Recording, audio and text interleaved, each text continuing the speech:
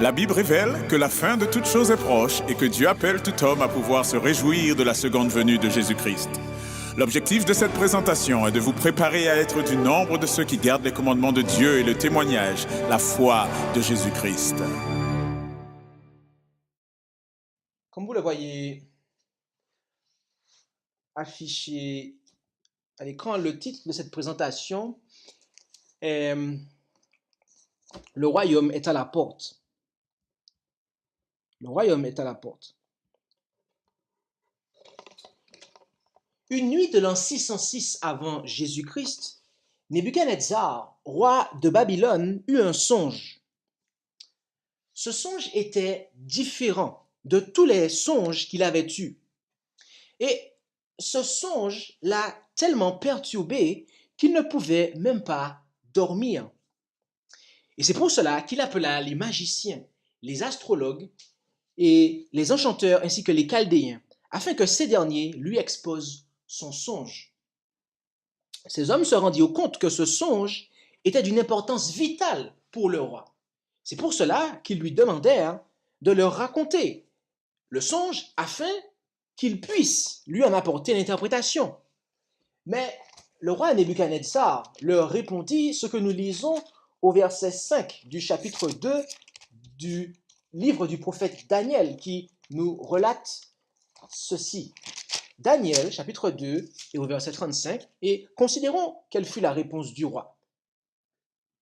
Le roi répondit et dit aux Chaldéens, « La chose m'a échappé. Si vous ne me faites connaître le songe et son interprétation, vous serez mis en pièces et vos maisons réduites en voirie. » Les versets 6 à 11 nous informent que ces hommes furent incapables de faire connaître au roi le songe qu'il avait eu, ce qui conduisit le roi à conclure qu'il serait alors, de même, incapable de lui fournir l'interprétation de ce songe. Et c'est alors, au verset 12, que le roi décréta que l'on mette à mort non seulement ces hommes-là, mais aussi tous ceux qui occupaient des fonctions similaires dans le royaume, dont Daniel et ses compagnons, qui étaient des conseillers du roi. Et quand Daniel apprit cela, il demanda au roi de lui accorder du temps afin d'être en mesure de lui faire connaître le songe ainsi que son interprétation. Puis, lui et ses compagnons se rassemblèrent pour demander à Dieu de leur faire connaître le songe du roi et son interprétation. Et ces choses, mes amis, furent révélées à Daniel qui alla ensuite se présenter au roi afin de lui faire connaître le songe ainsi que son interprétation. Et après s'être présenté au roi Nebuchadnezzar en donnant la gloire, toute la gloire à Dieu, Daniel commença en rapportant au roi exactement ce qu'il avait vu dans le songe. Et lisons Daniel 2, versets 31 à 35. Ô roi, tu regardais et tu voyais une grande statue. Cette statue était immense et d'une splendeur extraordinaire. Elle était debout devant toi et son aspect était terrible. La tête de la statue était d'or fin. Sa poitrine et ses bras étaient d'argent. Son ventre et ses hanches étaient d'airain. Ses jambes étaient de fer et ses pieds en partie de fer et en partie d'argile. Tu regardais jusqu'à ce qu'une pierre fût détachée sans le secours d'aucune main et frappa la statue dans ses pieds qui étaient de fer et d'argile et les brisa. Alors le fer, l'argile, l'airain, l'argent et l'or furent brisés ensemble et devinrent comme la balle de l'air en été. Et le vent les emporta et il ne s'en trouva plus de vestiges. Mais la pierre qui avait frappé la statue devint une grande montagne et remplit toute la terre.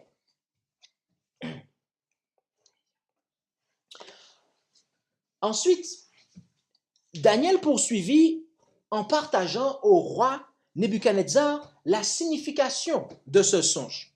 Et c'est du verset 36 jusqu'au verset 45. C'est là le songe, et nous en donnerons l'interprétation devant le roi. Toi, ô roi, tu es le roi des rois, auquel le Dieu des cieux a donné le règne, la puissance, la force et la gloire. Il a remis entre tes mains les enfants des hommes, les bêtes des champs et les oiseaux du ciel, en quelque lieu qu'ils habitent. Et il t'a fait dominer sur eux tous. C'est toi qui es la tête d'or. Et après toi, il s'élèvera un autre royaume moindre que toi, puis un troisième royaume qui sera d'airain et qui dominera sur toute la terre. Il y aura un quatrième royaume, fort comme du fer, de même que le fer brise tout et rompt tout, ainsi, pareil au fer, qui brise tout et met tout en pièces, il brisera et mettra tout en pièces. Et comme tu as vu les pieds et les doigts en partie d'argile et en partie de fer, ce sera un royaume divisé. Mais il y aura en lui de la force du fer, parce que tu as vu le fer mêlé avec l'argile. Et comme les doigts des pieds étaient en partie de fer et en partie d'argile, ce royaume sera en partie fort et en partie fragile.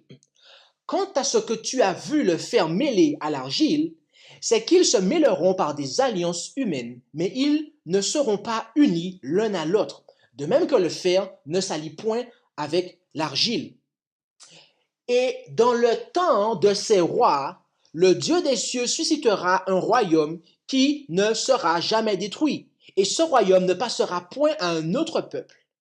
Il brisera et anéantira tous ces royaumes-là, et lui-même subsistera éternellement. Comme tu as vu que de la montagne une pierre s'est détachée sans le secours d'aucune main, et qu'elle a brisé le fer, l'airain, l'argent et l'or. Le grand Dieu a fait connaître au roi ce qui arrivera ci-après. Le songe est véritable et l'interprétation en est certaine. Avec moins de 500 mots, Dieu esquissa ce que serait l'histoire de l'humanité, depuis le temps de Babylone jusqu'à la fin de l'histoire de ce monde. Et voyez-vous, souvent, dans la prophétie biblique, nous voyons que Dieu couvre la même période de temps en employant différents symboles. Et c'est ce qu'il fit en donnant à Daniel lui-même la vision que nous trouvons au chapitre 7 de son livre. Et là, dans ce chapitre, au lieu d'une statue avec différents métaux, Dieu montra à Daniel les mêmes royaumes que ceux qui furent représentés par la statue, mais cette fois-ci, chacun d'eux fut représenté par un animal différent.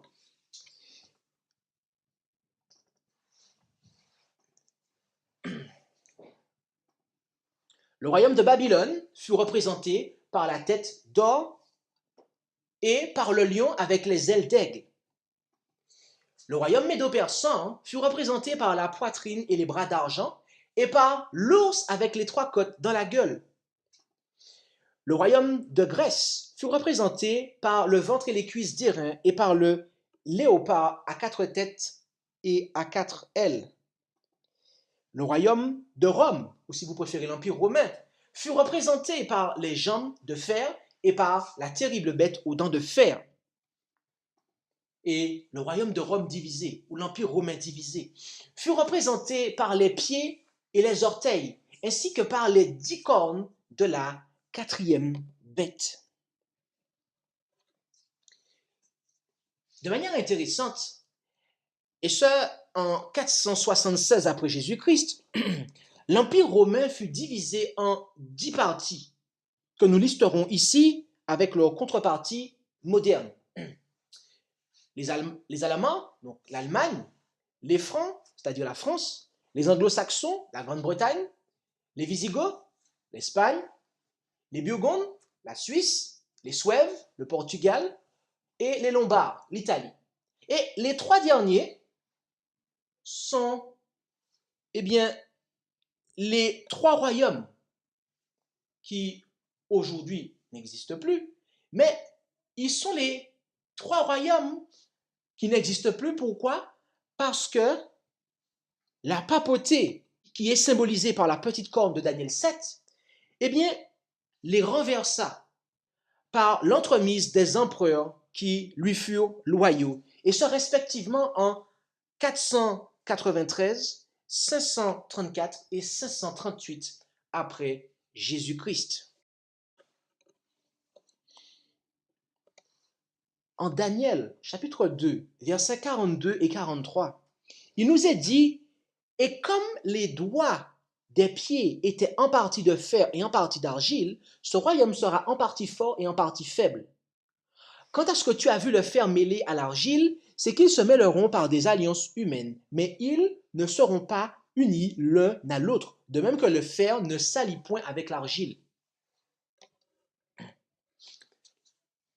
De nombreux dirigeants de ce monde ont essayé d'unir les nations d'Europe, et ce même par des mariages. Mais Dieu avait prédit qu'aucun de leurs efforts pour s'unir ne réussirait. Charlemagne essaya, mais il échoua.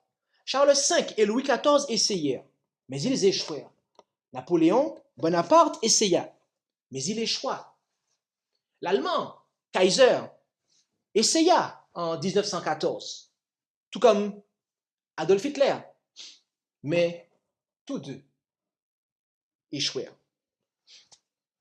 Même la création de l'Union européenne, voyez-vous, eh bien, cela est un échec, car en 2017, l'année dernière, qu'est-ce qui s'est passé? La Grande-Bretagne a voté pour quitter l'Union européenne. Mes amis, où sommes-nous? Où sommes-nous sur cette statue? Dans quelle période représentée par les membres de cette statue vivons-nous aujourd'hui? Oui, c'est cela. À l'époque du royaume divisé de Rome, qui fut représenté par les pieds et les orteils. Et je dis le royaume au singulier, car Malchut, le terme à partir duquel on traduit royaume, est au singulier au verset 41 et 42. Cependant, au verset 44, Malchut prend la forme du pluriel.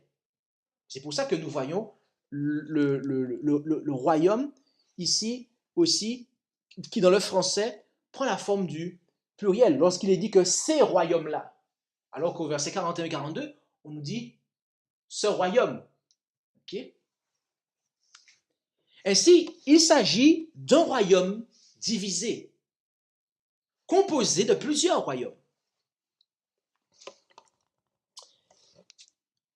Je ne m'aventurerai pas à dire que les orteils doivent absolument représenter les 10 royaumes illustrés par les 10 cornes de la 4e bête de Daniel 7, et ce pour 2 raisons. Premièrement, car bien qu'il mentionne les orteils, le prophète Daniel n'attire pas notre attention de manière spécifique sur leur nombre, mais il mentionne simplement le fait que ce royaume doit rester divisé. Deuxièmement, s'il doit absolument représenter les 10 royaumes illustrés par les 10 cornes de la 4e bête de Daniel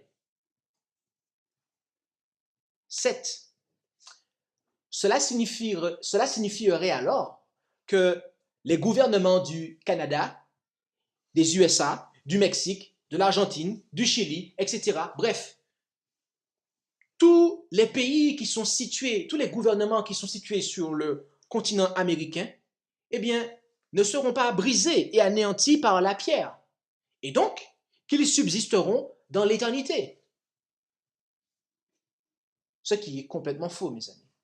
Tous les royaumes de cette terre passeront pour laisser la place au royaume qui est symbolisé par la venue de la pierre. Je crois que, en fait, ce royaume divisé représente de manière absolue, globale et générale les royaumes de ce monde, et ce conformément à ce que nous lisons dans Testimonies for the Church, volume 1, page 361. Les puissances terrestres sont ébranlées. Nous n'avons pas besoin et ne pouvons pas nous attendre à une union parmi les nations de la terre.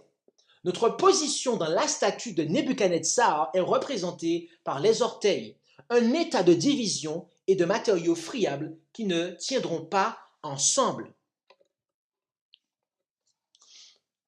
Voilà, selon moi, la signification absolue, globale et générale des orteils. Et lorsque nous considérons cette signification absolue, globale et générale des pieds et des orteils, en partie de fer et d'argile, eh bien, le découpage prévu par le Club de Rome, qui est un think tank, c'est-à-dire un club de pensée, qui a été créé en 1968, eh bien, cela est intéressant, d'accord? Car ce think tank, ce club de pensée, ok, qui s'intitule, je le précise, le Club de Rome, eh bien, est comme beaucoup d'autres de think tanks, sont des cellules de réflexion qui réunissent des intellectuels justement pour préparer le nouvel ordre mondial. Et ce think tank, ce club de pensée, je traduis, eh bien, ils ont prévu de découper le monde en 10 parties, d'accord, afin de pouvoir le gouverner lorsque le nouvel ordre mondial sera établi. Ok? Et je trouve cela intéressant, voyez-vous, car cela eh bien, vient apporter, tout du moins, cela vient attester que ce que nous voyons, ce que nous dit la prophétie, dans sa globalité, dans sa généralité, dans la signification absolue, eh bien, si effectivement ils mettent ça en exécution, ce sera une réponse en fait. Ce sera une réponse à la prophétie. Maintenant, à côté de cette signification absolue, globale et générale des orteils, je crois qu'à l'intérieur de cette interprétation globale, générale et absolue, il y a de la place, mes amis, pour dire que les orteils peuvent avoir une application pour 10 puissances européennes. Je dis bien à l'intérieur de cette interprétation. Cela ne renverse pas l'interprétation, mais il faut le voir de manière progressive en fait. Ok? Et c'est une proposition que je veux vous soumettre à présent. Je crois que à l'intérieur de cette interprétation absolue, globale et générale, il y a suffisamment de place pour que les orteils, eh bien, peuvent avoir une application pour 10 puissances européennes. Et pourquoi je dis cela? Tout simplement parce que l'Apocalypse 13, et plus précisément la bête d'Apocalypse 13, eh bien, qui a toutes les caractéristiques des 4 bêtes de Daniel 7, eh bien, elle a aussi 10 cornes. Considérez cela avec moi. Considérons ensemble les Apocalypse 13, versets 1 et 2. Et je vis monter de la mer une bête qui avait 7 têtes et 10 cornes. Et sur ses cornes 10 diadèmes. Et sur ses têtes un nom de blasphème. Et la bête que je vis ressemblait à un léopard. Ses pieds étaient comme ceux d'un ours, et sa gueule comme la gueule d'un lion. Et le dragon lui donna sa force, et son trône, et un grand pouvoir. Cette bête, ainsi que ses cornes, notamment, nous sont présentés également en Apocalypse 17, verset 3. Où allons-nous? Apocalypse 17, verset 3. Et là, nous lisons: et il me transporta en esprit dans un désert, et je vis une femme assise sur une bête de couleur écarlate, pleine de noms de blasphème, et ayant 7 têtes et 10 cornes. Et au verset 7, il est dit: et l'ange me dit, pourquoi es-tu stupéfait? Je te dirai le mystère de la femme et de la bête qu'il apporte et qui a les 7 têtes et les 10 cornes. Et au verset 12, nous lisons, « Et les 10 cornes que tu as vues sont 10 rois qui n'ont pas encore reçu l'empire, mais ils auront la puissance comme roi avec la bête pour 1 heure. »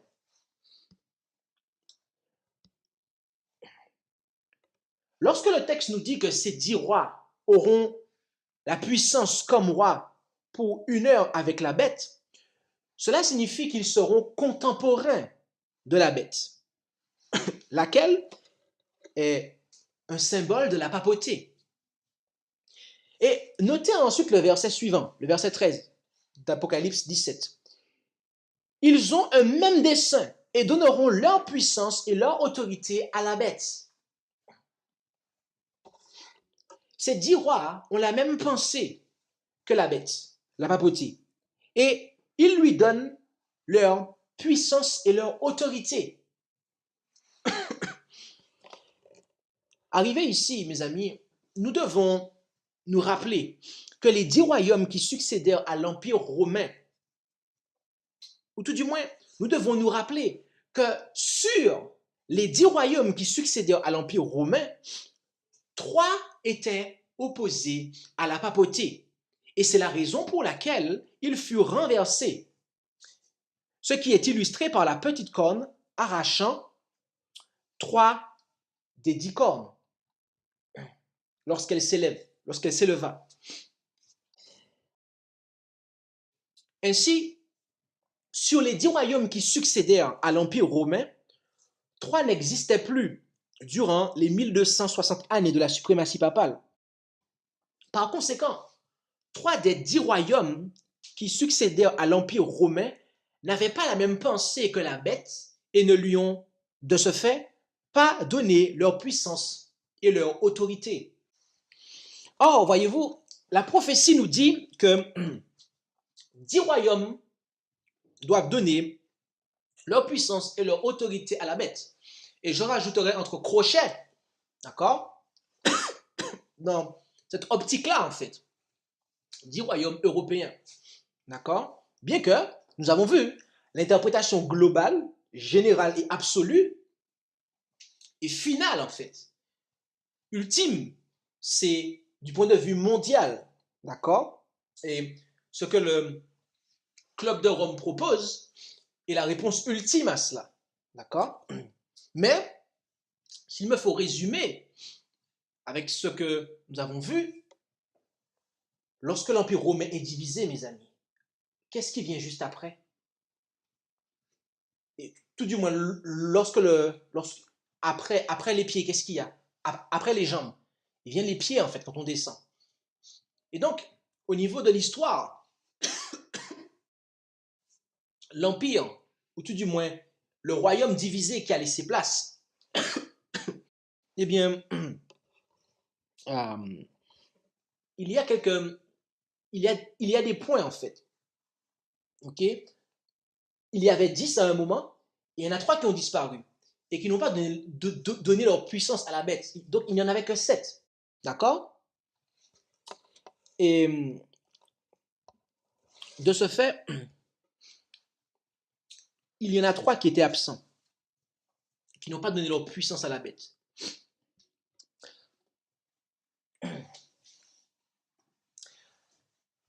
Vous savez, notre cher président Emmanuel Macron est à lui seul un signe des temps. Et dans un article d'un site internet que j'ai traduit pour vous, il nous est dit quelque chose. L'article a été publié au mois de mai, d'accord, donc ce mois-ci là, au début du mois. Et il est dit, ne supportant plus les atermoiements de l'Allemagne sous la défense tout du moins, le président français, Emmanuel Macron, réunira le mois prochain, donc en juin, donc le mois prochain, ok, parce que ça a été fait, ça a été écrit ce mois-ci, mes amis, mois de mai 2018, d'accord? Le président français Emmanuel Macron réunira le mois prochain une coalition de 10 nations disposées à préparer les forces armées européennes à agir ensemble en cas d'urgence et à lier la Grande-Bretagne à la coopération militaire alors qu'elle quitte l'UE. Les ministres de la Défense de la France, du Royaume-Uni, d'Allemagne, d'Italie, d'Espagne, des Pays-Bas, de Belgique, du Portugal, du Danemark et d'Estonie signeront une lettre d'intention à Paris en juin, s'engageant à développer une culture stratégique commune, à partager l'analyse et la prévision sur les points problématiques qui peuvent nécessiter une intervention et à travailler à coordonner leurs forces pour les opérations futures.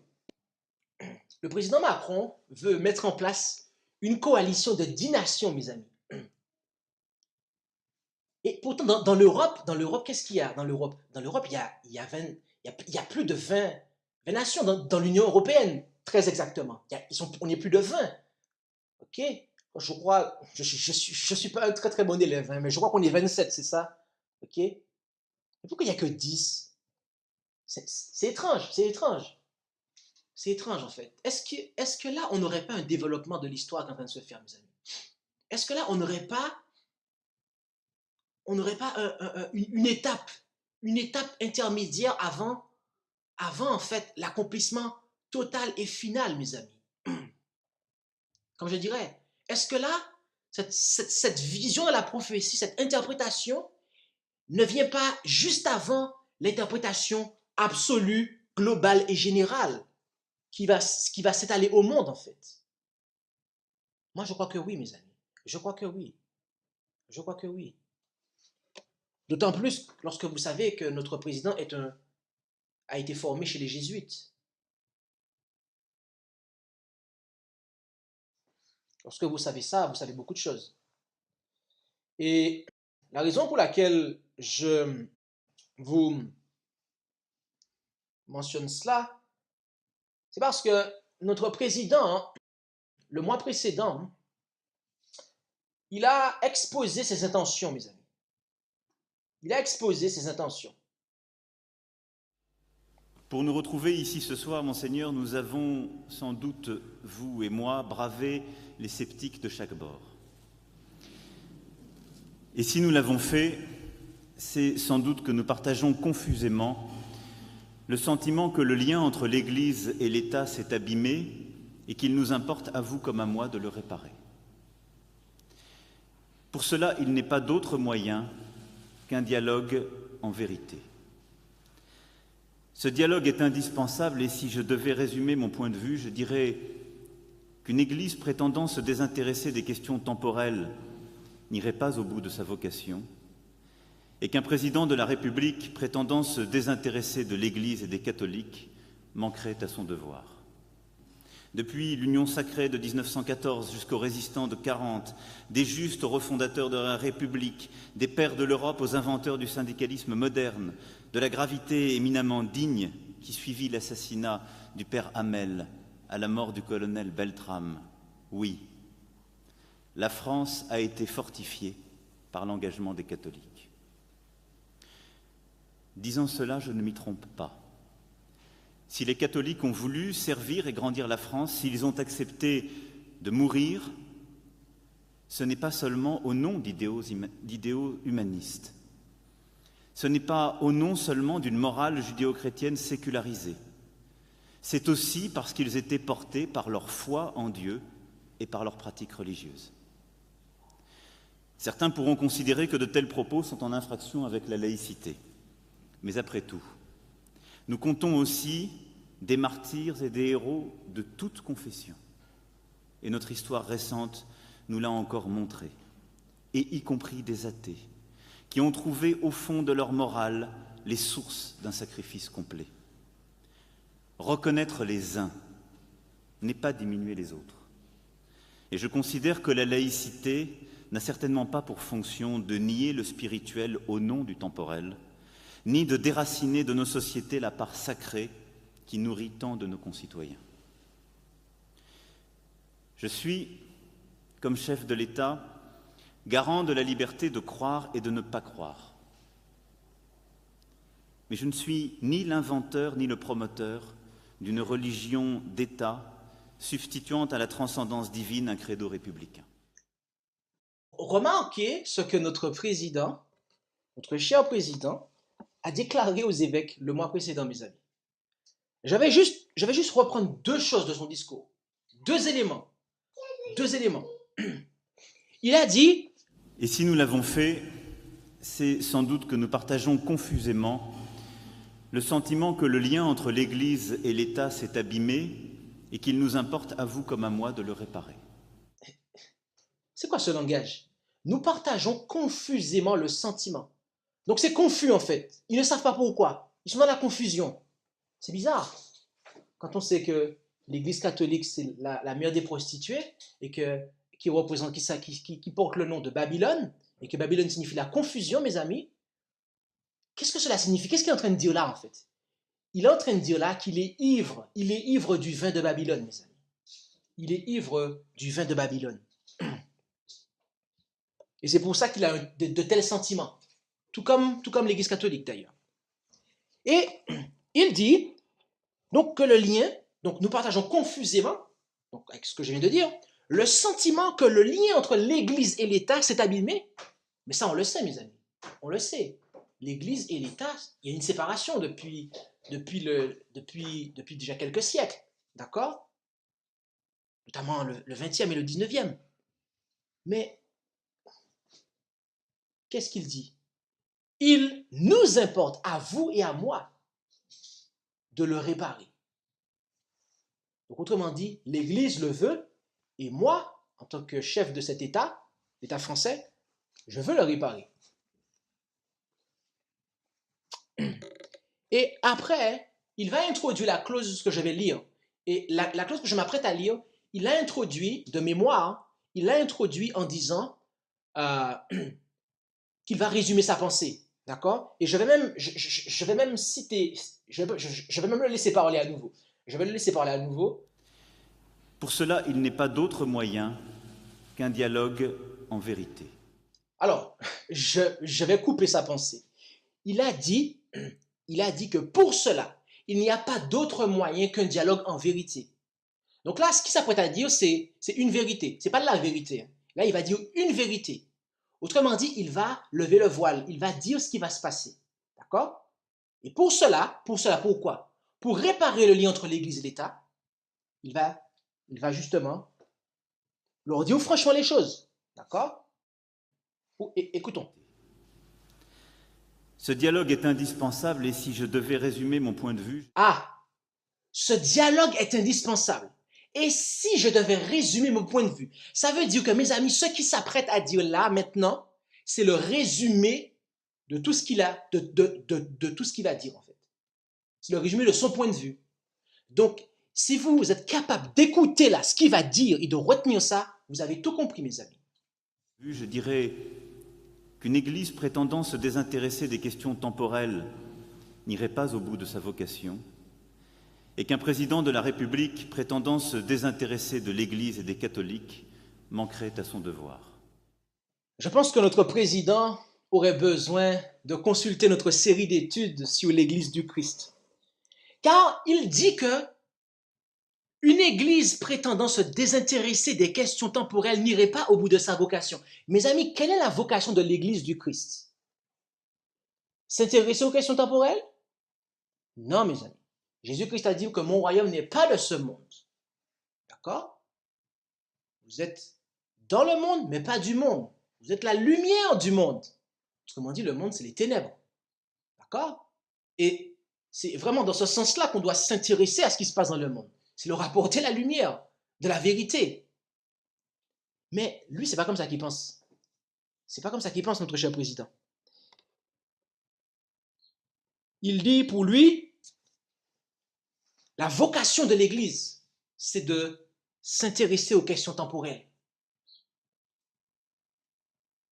Et lui, à son tour, de dire, je ne serais pas un bon président si, je manque à mon devoir et que je me désintéresse de l'Église et des catholiques. Mes amis, on a vu dans la série d'études que l'Église catholique n'est pas l'Église de Dieu. D'accord? Et pour lui, l'Église, c'est l'Église catholique. Donc ça montre déjà tout, en fait. Ça montre tout. Ça montre qu'en fait, il veut vraiment que Rome puisse à nouveau s'intéresser, que l'Église de Rome puisse à nouveau s'ingérer dans les affaires de l'État, en fait.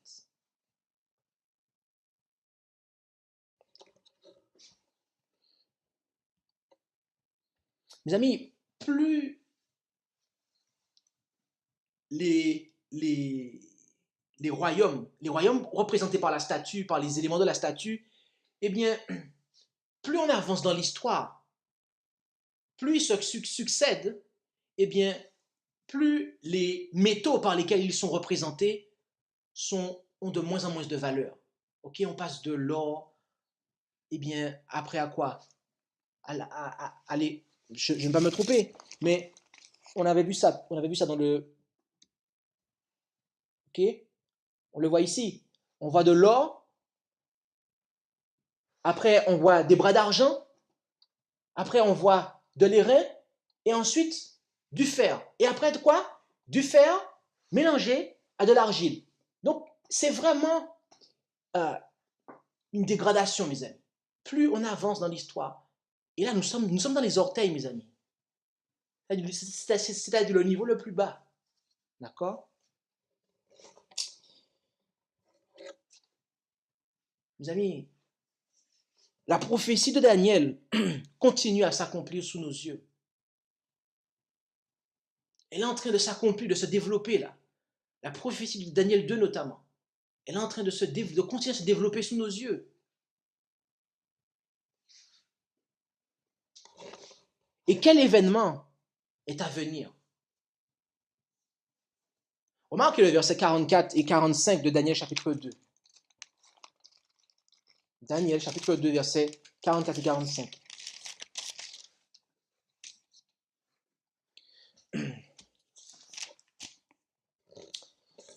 Il est dit, et dans le temps de ces rois, le royaume des cieux, le Dieu des cieux tout du moins, suscitera un royaume qui ne sera jamais détruit.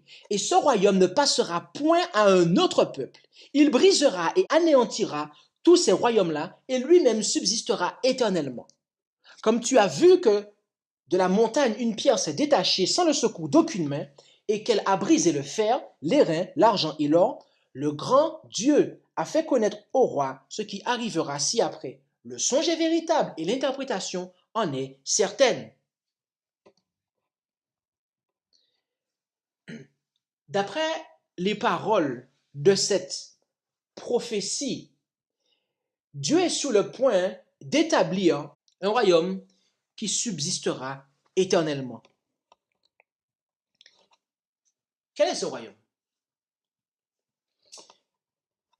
Certains commentateurs ont essayé de faire de cette portion de la prophétie une prédiction de la première venue du Christ, ainsi que de la propagation de l'évangile au monde. Mais cette interprétation, mes amis, voyez-vous, est erronée pour la simple et bonne raison que ce royaume ne doit pas exister simultanément avec d'autres royaumes. Car il est dit qu'il brisera et anéantira tous ces royaumes-là et lui-même subsistera éternellement. Il est donc manifeste qu'il s'agit du royaume de Dieu en gloire, dont la venue est décrite en Matthieu, chapitre 25, versets 31 à 34. Où allons-nous? Matthieu, c'est cela, chapitre 25, versets 31 à 34.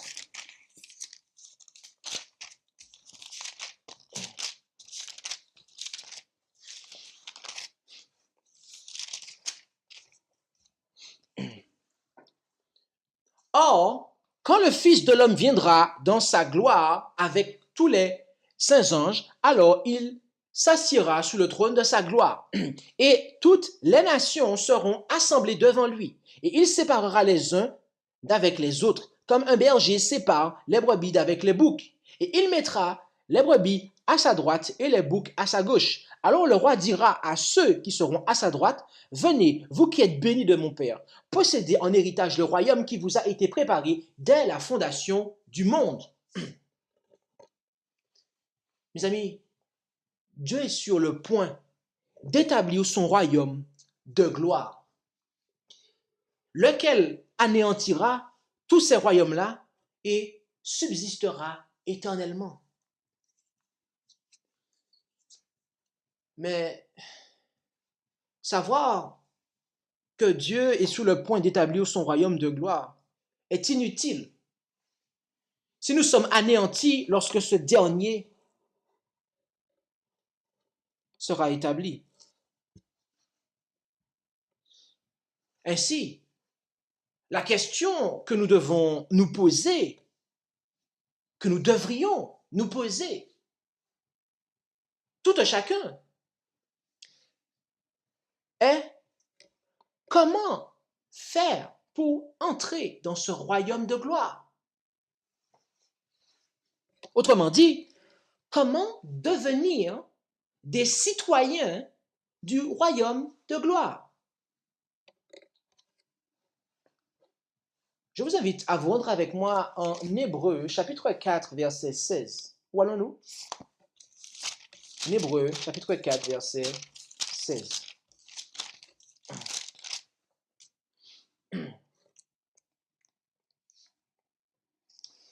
Et là, en Hébreux, chapitre 4, verset 16, il nous est dit, « Allons donc avec confiance au trône de la grâce afin d'obtenir miséricorde et de trouver grâce pour être secourus dans le temps convenable. » Un trône implique forcément un royaume, n'est-ce pas? Oui, un trône implique forcément un royaume. De ce fait, le trône de la grâce représente le royaume de la grâce. Et étant donné que ceux qui sont assis sous le trône de la grâce, entre parenthèses, le Père et le Fils, eh bien, sont également assis sur le trône de la gloire. Il s'ensuit, mes amis, que les citoyens du royaume de grâce sont également les citoyens du royaume de gloire. Autrement dit, il faut d'abord être un citoyen du royaume de grâce afin d'être un citoyen du royaume de gloire. Donc, la véritable question est, et pour nous, la véritable question devrait être, comment puis-je devenir, être un citoyen du royaume de la grâce? Telle est la véritable question que nous devons nous poser, mes amis, au final. Considérons à ce propos ce que l'apôtre Paul nous dit en Éphésiens, chapitre 2, verset 8. Où allons-nous? C'est cela, en Éphésiens, chapitre 2 et au verset 8.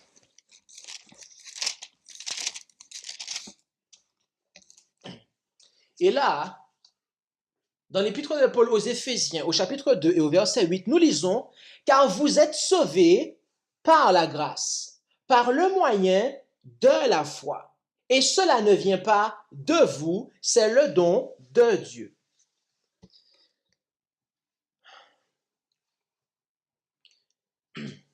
Le salut est le résultat de la grâce de Dieu, laquelle est une faveur imméritée qu'il demande aux hommes de saisir, d'accepter par le moyen, le bras de la foi. Et c'est à travers ce processus, mes amis, que nous obtenons la justification, d'après ce que nous lisons en Romains chapitre 5 et au verset 1 et 2. Rendons-nous, je vous prie, maintenant, dans l'épître de Paul aux Romains chapitre 5 et considérons les versets 1 et 2. Romains 5, 1 et 2. Et là, nous lisons. Étant donc justifiés par la foi, nous avons la paix avec Dieu par notre Seigneur Jésus-Christ, qui, par la foi, nous a fait avoir accès à cette grâce dans laquelle nous demeurons fermes et nous nous glorifions dans l'espérance de la gloire de Dieu. Remarquez comment la justification se positionne par rapport à la foi ici.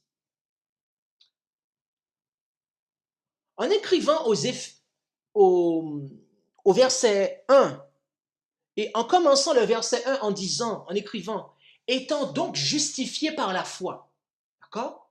Lorsque l'apôtre Paul dit cela, « Étant donc justifié par la foi », eh bien, il implique que la justification, en fait, ici, est l'état dans lequel la foi nous conduit. D'accord? Or, au verset 2, l'apôtre dit que la grâce dans laquelle nous demeurons fermes, eh bien, est accessible par la foi. Il s'ensuit donc, mes amis, que demeurer dans la grâce équivaut au fait d'être justifié. Et mes amis, lorsque nous demeurons dans la grâce, dans la justice de Dieu, cela signifie que nous ne pratiquons plus le péché. Oui, rendons-nous ensemble en Romains 6 et considérons du verset 14 jusqu'au verset 18. L'épître de Paul aux Romains, chapitre 6, verset 14 à 18, où nous lisons « Car le péché ne dominera pas sur vous, parce que vous n'êtes point sous la loi, mais sous la grâce. Quoi donc? Pécherons-nous parce que nous ne sommes point sous la loi, mais sous la grâce? Nullement! Ne savez-vous pas que si vous vous rendez esclave de quelqu'un pour lui obéir, vous êtes esclave de celui à qui vous obéissez, soit du péché pour la mort, soit de l'obéissance pour la justice? Mais grâce soit rendue à Dieu, de ce que, après avoir été esclave du péché, vous avez obéi de cœur à la règle de doctrine qui vous a été donnée. Or, ayant été affranchis du péché, vous êtes devenus esclaves de la justice. Ainsi, par la foi, nous saisissons la grâce de Dieu qui nous conduit à la justice, mes amis. Et en demeurant ferme, en y demeurant ferme dans cette justice et dans cette grâce, eh bien, nous obtenons la victoire définitive sur le péché, ce qui a pour résultat le salut, mes amis. Et voilà, mes amis, voilà comment s'obtient la citoyenneté du royaume de grâce.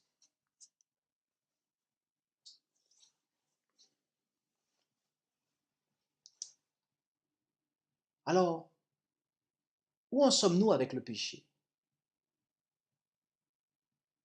Oui, où en sommes-nous avec le péché? Sommes-nous encore vaincus? Pire, caressons-nous le péché? Jouons-nous avec lui?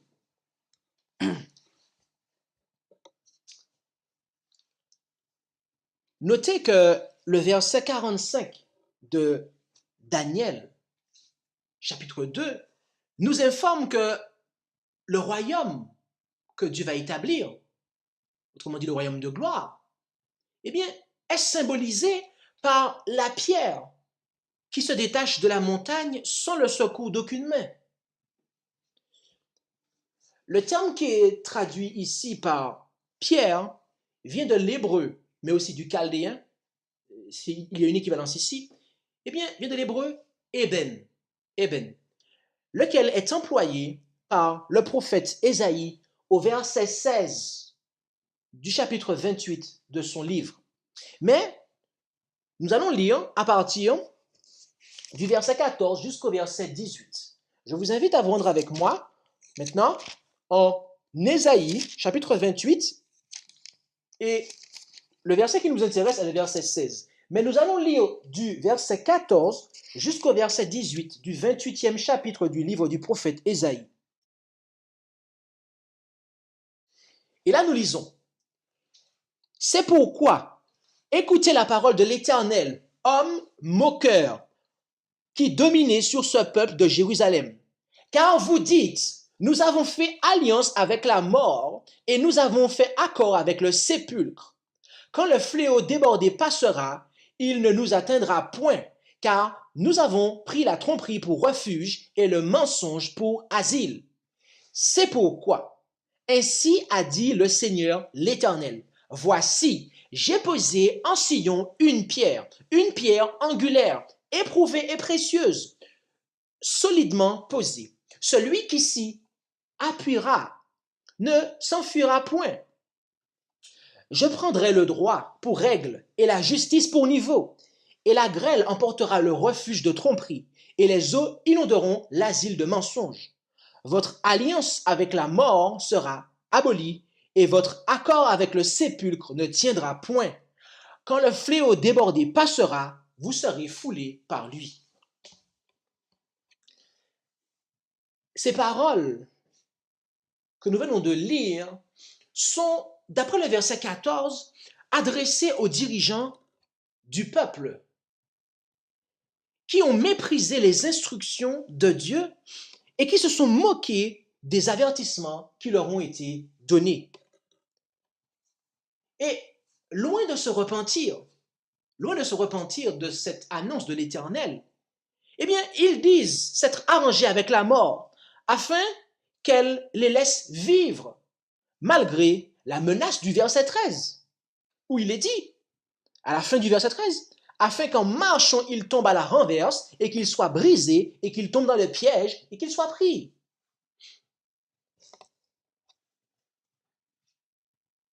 Et c'est pour mettre un terme à leurs iniquités que l'Éternel introduit le fondement, la pierre, la norme de la justice.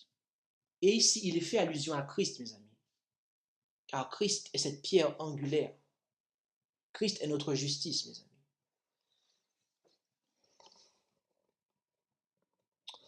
Et en faisant référence à cette pierre, laquelle est également mentionnée dans le psaume 118, versets 22 et 23, eh bien, Jésus déclara en Matthieu 21, versets 42 à 43. Je vous invite maintenant à vous rendre avec moi en Matthieu 21, versets 42 à 44, plus précisément. Matthieu, chapitre 21, l'évangile selon Matthieu, chapitre 21, versets 42 à 44.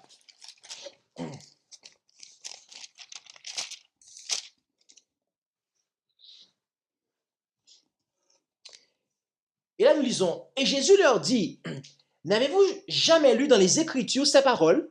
La pierre que ceux qui bâtissaient ont rejetée est devenue la principale pierre de l'angle. Ceci a été fait par le Seigneur, et c'est une chose merveilleuse à nos yeux.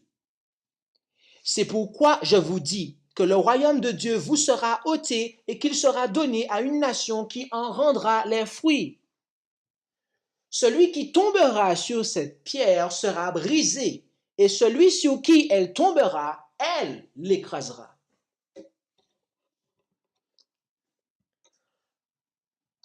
En disant que celui qui tombera sur cette pierre s'y brisera, Jésus voulait faire comprendre aux dirigeants juifs qu'ils devaient se soumettre volontairement à lui. Mais se soumettre à Jésus était la dernière chose que ces hommes avaient envie de faire. Et remarquez comment le psaume 2 caractérise ce rejet de Jésus. Rendons-nous ensemble dans le psaume 2. Et nous n'allons pas tout lire, mais nous allons simplement considérer du verset 7 à 12 du psaume 2. Psaume 2, verset 7 à 12. Et là, nous lisons dans le psaume 2, versets 7 à 12. « Je publierai le décret de l'Éternel. Il m'a dit, tu es mon fils. Aujourd'hui, je t'ai engendré. Demande-moi, et je te donnerai les nations pour héritage et pour possession les bouts de la terre. Tu les briseras avec un sceptre de fer. Tu les mettras en pièces comme un vase de potier. Maintenant donc, ô roi, ayez de l'intelligence. Recevez instruction, juge de la terre. Servez l'Éternel avec crainte et réjouissez-vous avec tremblement. Rendez hommage au Fils de peur qu'il ne s'irrite et que vous ne périssiez dans votre voie quand sa colère s'enflammera tout à coup. Heureux tous ceux qui se confient en lui.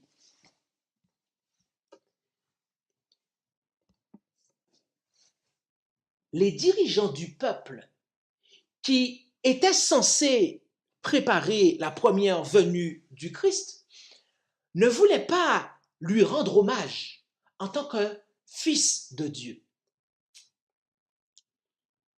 Et de manière intéressante, les dirigeants du peuple qui étaient censés préparer la seconde venue du Christ ne veulent pas non plus lui rendre hommage en tant que fils de Dieu. Et à travers cette prophétie, on voit que jusqu'à la fin des temps, mes amis, et même au niveau des royaumes de ce monde, ils refuseront de se soumettre au Fils de Dieu.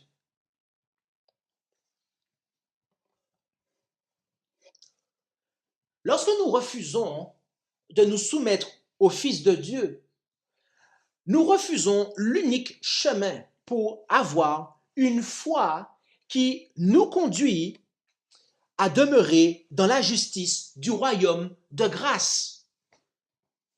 Ce qui atteste que nous sommes fiers d'être des citoyens des royaumes de ce monde que Satan domine par le péché. Et dans ces conditions, étant donné que dans ces conditions, Dieu ne pourra pas réussir à mettre un terme au péché dans notre vie par sa grâce, il sera alors obligé de mettre un terme à notre vie par sa gloire. Mes amis, je ne souhaite pas, voyez-vous, être détruit par la gloire du royaume de Dieu. Et s'il en est de même pour vous, alors arrêtons de penser que nous pourrons trouver refuge après une vie de péché. Mes amis, nous pouvons faire tous les pactes que nous voulons avec la mort et le séjour des morts, mes amis, et leur dire, mort, éloigne-toi de moi, laisse-moi vivre. Mes amis, ça ne marchera pas. Ça ne marchera pas, car Dieu va éliminer le péché de cette terre.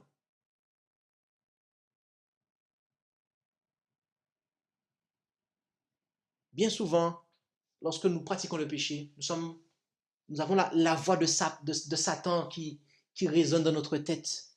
Vous ne mourrez pas. Non, non, vous ne mourrez pas. Et c'est ce qu'on accepte. Et c'est ce que les dirigeants juifs avaient accepté. Non, non, non, on a fait une alliance avec la mort. Non, on aura un refuge. Mes amis, il n'y a pas de refuge, mes amis. Il n'y a pas de refuge dans le péché, mes amis. Nous devons arrêter de croire que nous pourrons trouver refuge, que notre vie de péché laissera place à un refuge, mes amis. Non, non. Ce que nous devons faire, c'est nous soumettre au Fils de Dieu par une vie de foi. Nous devons nous soumettre au Fils de Dieu par une vie de foi conduisant à demeurer dans la justice du royaume de grâce, afin que nous obtenions la citoyenneté du royaume que Dieu est sur le point d'établir pour l'éternité. Voilà, mes amis, ce que nous devons faire. C'est cela. Alors, je prie le Seigneur afin que nous ayons cette vie de foi qui saisit la grâce de Dieu et que nous demeurons dans cette grâce. Autrement dit, nous demeurons dans la justice de Dieu, mes amis. Et là, nous aurons le salut. Là, nous aurons un refuge, mes amis. Là, nous avons la citoyenneté du royaume de grâce et donc forcément la citoyenneté du royaume de gloire que Dieu est sur le point d'établir, mes amis. Notre président, s'il ne se repent pas, tout le royaume qu'il est en train d'établir, tout cela sera anéanti, mes amis. Que ce soit les dirigeants de ce monde, que ce soit les dirigeants religieux, et que ce soit même pour nous, mes amis, c'est la même chose. c'est la même chose. C'est nous soumettre au Fils de Dieu. Avoir une vie de foi qui nous permet d'accéder à la grâce de Dieu et de demeurer dans cette grâce, dans la justice que Dieu nous a accordée par Jésus-Christ. Et de vivre là-dedans, mes amis, pour avoir le salut. Et c'est là que nous sommes citoyens. C'est là que nous sommes devant le trône de la grâce, mes amis. C'est là que nous pouvons nous approcher avec assurance. Et que lorsque le royaume de la gloire viendra, nous nous réjouirons de la gloire. Et nous ne ferons pas comme ceux d'Apocalypse 6 qui se cacheront sous les montagnes parce qu'ils se seront accrochés au péché et que la gloire de Dieu va détruire le péché, mes amis. La gloire de Dieu, mes amis. Le péché, c'est l'opposé du caractère de Dieu, mes amis. Le péché est opposé au caractère de Dieu. Et il n'y a que ceux qui auront le caractère de Dieu, mes amis, qui ne seront pas anéantis par la gloire du royaume que Dieu est sur le point d'établir. Alors, mes amis, quelle préparation sommes-nous en train de faire là, en ce moment? Quelle préparation sommes-nous en train de faire? Sommes-nous en train de nous préparer